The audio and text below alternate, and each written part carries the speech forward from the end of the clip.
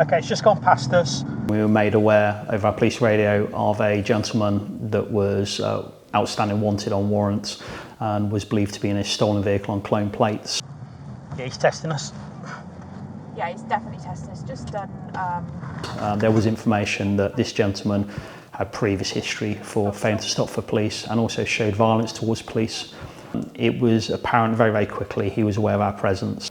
He then accelerated at high speed away from us and a pursuit developed. The gentleman very, very quickly entered into an estate, committed some very, very quick, irrational, reckless moves, a sharp left, which then took him onto like a grassed, what I call like a play area.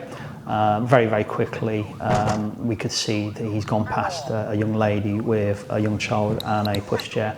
The speed's around about 40 miles an hour. How he didn't hit that individual and the young child is beyond me. The longer the pursuit was going on, the more tactical units we were getting into the area. So we were kind of closing the nets. So I think his desperation was getting worse. Okay, stand by. He's lost on the bend. He's gone off wrong side of the road. He's then turned, hit a tree, and then reversed back. And there was a moment where his vehicle was facing our vehicle. He was about 20 metres away. I can very clearly hear it and see it now, where he's revving his engine really, really loudly. That was that moment of what's he going to do now? And then he just floored it and came towards us and rammed our vehicle head on. Okay, Alwyn Road, stand by. Okay, he's rammed us. No attempt to prepare myself for it. It's quite a significant hard impact and it jolted my body and my head backwards and forwards quite sort of suddenly. Yeah, I didn't expect that to happen. Very, very quickly, my colleague was out the car. She's very quickly deployed her taser and tasered him, but unfortunately it was ineffective. And as I've got out, I could see him run and I've ran after him in order to get hold of him and detain him. During the foot chase, you're not, for me, I wasn't aware of my injury or to what extent I was injured.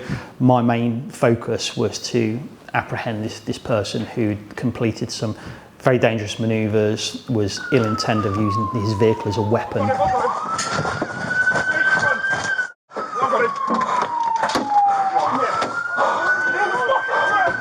And it wasn't until after that had happened that I just started feeling immense pain in my neck and my shoulder area and realised that I'd hurt myself through the impact of the vehicle. Oh yeah, no, he rammed his head on. Yeah? Okay from that? Yeah, just smacked my head. And then I was taken to hospital. I was informed that I'd torn a muscle in my upper right part of my neck and I've torn a muscle in my shoulder area. Yeah, not nice. It's nearly 3 months since the incident occurred and I still have a lump on my neck area. So I'm sort of carrying a visual scar of the incident of that day and I still get a little bit of pain in my neck, my shoulder area. It's not good. Are you all right? No, it's my neck's fucked. Sorry, all right? We're police officers. We go to incidents that normal members of the public don't go to. We face towards the danger rather than away. What we don't expect is for a gentleman to use a vehicle that he's stolen, then use that as a weapon. It's the first time I experienced that. Yeah, I think it'll stick in my mind for a while.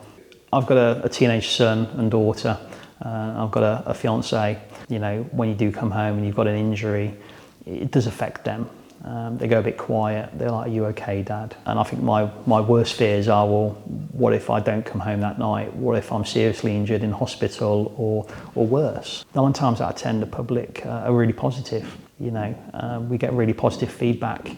I've been at a service station having a cup of coffee and a member of police come up and said, "Thank you for your service. Thank you for a brilliant job that you do." That comes out of nowhere and that to me is just like fantastic. You can't get any better praise than that. It makes you think, you know what, I come to work, I do a hard job, I do long hours and it's worth it.